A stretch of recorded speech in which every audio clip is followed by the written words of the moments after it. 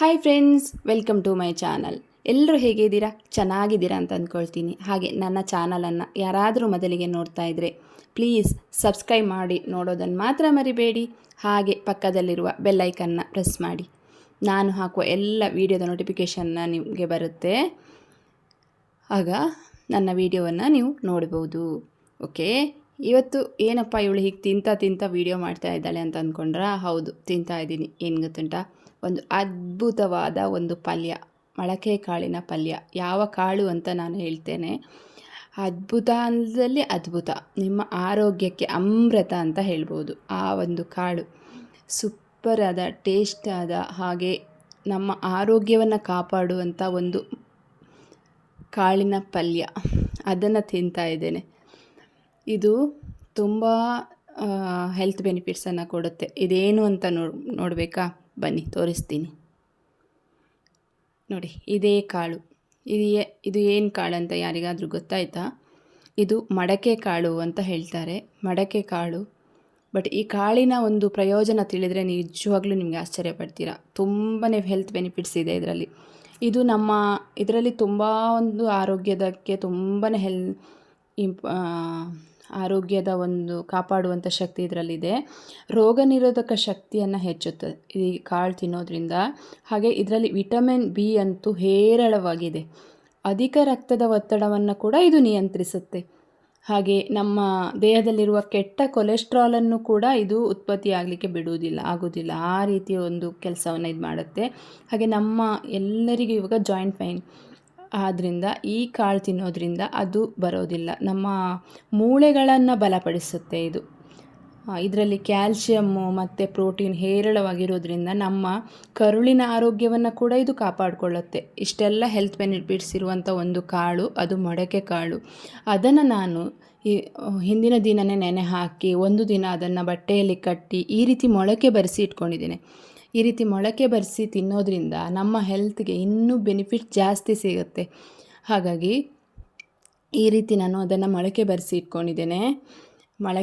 ಮಡಕೆ ಕಾಳನ್ನು ಈ ರೀತಿ ನೆನೆ ಹಾಕಿ ತೆಗೆದು ಇದನ್ನು ಈ ರೀತಿ ಮೊಳಕೆ ಬರಿಸಿರುವಂಥದ್ದು ಇದು ಮೊಳಕೆ ಕಾಳು. ನೋಡಿ, ಸೇಮ್ ಹೆಸರು ಕಾಳನ್ನು ನಾವು ಮಾಡ್ತೀವಲ್ಲ ಆ ಥರನೇ ಇದೆ. ಬಟ್ ಕಲರ್ ಸ್ವಲ್ಪ ಗೊತ್ತಾಗುತ್ತೆ. ಟೇಸ್ಟ್ ಅಂತೂ ಇದನ್ನು ನೀವು ಹಸಿಯಾಗಿ ತಿನ್ಬೋದು, ಅಷ್ಟು ಟೇಸ್ಟ್ ಚೆನ್ನಾಗಿದೆ. ಯಾವುದೇ ರೀತಿ ಕಹಿ ಆಗಲಿ ಒಗರಾಗಲಿ ಆ ಥರ ಯಾವುದೂ ಇಲ್ಲ. ತುಂಬ ಚೆನ್ನಾಗಿದೆ ಇದು ತಿನ್ನಲಿಕ್ಕೆ ಕೂಡ. ಹಾಗೆ ಇದನ್ನೀಗ ನಾನು ಪಲ್ಯ ಹೇಗೆ ಮಾಡೋದು ಅಂತ ತೋರಿಸ್ತೀನಿ ಬನ್ನಿ. ನೋಡಿ, ಒಲೆ ಮೇಲೆ ಒಂದು ಫ್ಯಾನನ್ನು ಇಟ್ಕೊಂಡಿದ್ದೀನಿ. ಇದಕ್ಕೆ ಸ್ವಲ್ಪ ಎಣ್ಣೆನ ಹಾಕೋಣ. ನಾನಿಲ್ಲಿ ಕೊಬ್ಬರಿ ಎಣ್ಣೆ ಹಾಕ್ತಾಯಿದ್ದೀನಿ. ಕೊಬ್ಬರಿ ಎಣ್ಣೆನೇ ಉಪಯೋಗಿಸೋದು ನಮ್ಮ ಮನೇಲಿ ಅಡುಗೆಗೆ ಜಾಸ್ತಿ. ಇವಾಗ ಎಣ್ಣೆ ಬಿಸಿ ಆಗಲಿ.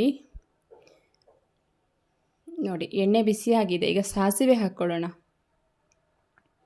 ಸಾಸಿವೆ ಸ್ವಲ್ಪ ಚಿಟಪಟ ಅಂತ ಆಗಲಿ. ನಾನು ಒಂದು ಅರ್ಧ ಸ್ಪೂನ್ ಜೀರಿಗೆ ಹಾಕ್ಕೊಳ್ತೀನಿ. ಇದು ಇವಾಗ ಚಿಟಪಟ ಅಂತ ಇದೆ ಅಲ್ವಾ? ಈ ಟೈಮಲ್ಲಿ ಇದಕ್ಕೆ ಕರಿಬೇವನ್ನು ಹಾಕ್ಕೊಳ್ಳುವ. ಕರಿಬೇವಿನ ಹೆಸರು ಹಾಕ್ಕೊಳ್ತಾ ಇದ್ದೀನಿ. ಈಗ ಸ್ವಲ್ಪ ಫ್ರೈ ಆಗಲಿ. ಹಾಗೆ ಒಂದು 3 ಹಸಿಮೆಣಸಿನಕಾಯಿಯನ್ನು ನಾನು ಕಟ್ ಮಾಡಿ ಹಾಕ್ಕೊಳ್ತೇನೆ. ಎಲ್ಲವನ್ನು ನೀಟಾಗಿ ಫ್ರೈ ಮಾಡುವ. ಇದನ್ನು ಇವಾಗ ಫ್ರೈ ಆಗಿದೆ. ನಾನು ಒಂದು ಈರುಳ್ಳಿಯನ್ನು ಕಟ್ ಮಾಡಿ ಇಟ್ಕೊಂಡಿದ್ದೀನಿ, ಅದನ್ನು ಕೂಡ ಇದಕ್ಕೆ ಹಾಕ್ಕೊಳ್ತೀನಿ. ಈರುಳ್ಳಿ ಕೂಡ ಫ್ರೈ ಮಾಡ್ಕೊಳ್ಳುವ.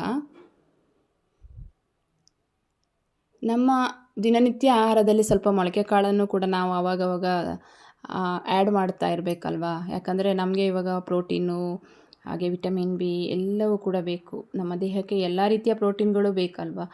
ಎಲ್ಲ ರೀತಿಯ ಒಂದು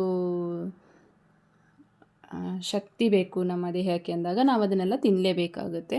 ಹಾಗಾಗಿ ಈ ರೀತಿ ಒಂದು ಪಲ್ಯ. ಈಗ ನಾನು ಇದನ್ನು ಮೊಳಕೆ ಬರಿಸಿರೋ ಕಾಳನ್ನು ಇದಕ್ಕೆ ಹಾಕ್ಕೊಳ್ತೀನಿ. ಸಿಂಪಲು, ಬೇಗನೆ ಕೂಡ ಮಾಡ್ಕೊಳ್ಬೋದು. ಇದಕ್ಕೆ ಜಾಸ್ತಿ ಐಟಮ್ಸ್ಗಳನ್ನ ನಾನು ಏನೂ ಉಪಯೋಗಿಸ್ತಾ ಇಲ್ಲ. ಇದನ್ನು ಹಾಗೆ ಕೂಡ ತಿನ್ಬೋದು. ನಾವು ಪಲ್ಯ ಮಾಡ್ತೀವಲ್ಲ, ಇದನ್ನು ಹಾಗೆ ಕೂಡ ತಿನ್ಬೋದು. ಅಷ್ಟು ಚೆನ್ನಾಗಿರುತ್ತೆ ಇದು. ಊಟದ ಜೊತೆಗೆ ತಿನ್ಬೋದು, ಹಾಗೆ ಕೂಡ ತಿನ್ಬೋದು. ತುಂಬ ಚೆನ್ನಾಗಿರುತ್ತೆ. ಇದು ಸ್ವಲ್ಪ ಬಾಯ್ಲ್ ಆಗಲಿ. ಇವಾಗ ಇದು ಬಾಯ್ಲ್ ಆಗಬೇಕು.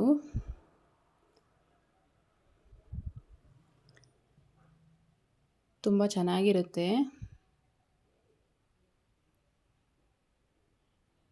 ಇವಾಗ ಬಾಯ್ಲ್ ಆಗ್ತಾಯಿದೆ ನೋಡಿ.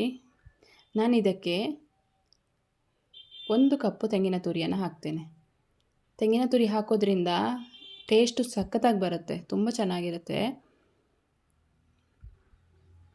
ಹಾಗೆ ರುಚಿಗೆ ತಕ್ಕಷ್ಟು ಉಪ್ಪು ಕೂಡ ಹಾಕಿದ್ದೆ ನಾನಿಲ್ಲಿ. ಉಪ್ಪು ಹಾಕ್ಕೊಳ್ಬೇಕು, ಸ್ಕಿಪ್ ಆಗಿದೆ ಅಂದ್ಕೊಳ್ತೀನಿ.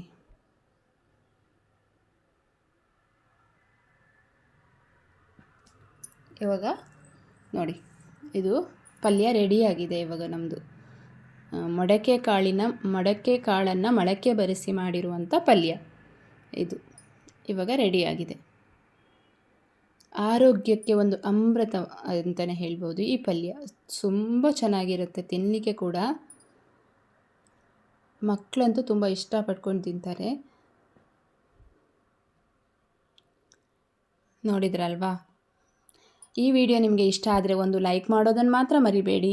ಹಾಗೆ ಹೇಗಿದೆ ಅಂತ ನನಗೆ ಕಮೆಂಟ್ ಬಾಕ್ಸಲ್ಲಿ ತಿಳಿಸಿ. ಇಷ್ಟೊತ್ತು ನನ್ನ ವಿಡಿಯೋ ನೋಡಿದ್ದಕ್ಕಾಗಿ ನಿಮಗೆಲ್ಲರಿಗೂ ಧನ್ಯವಾದಗಳು. Thank you. Bye bye.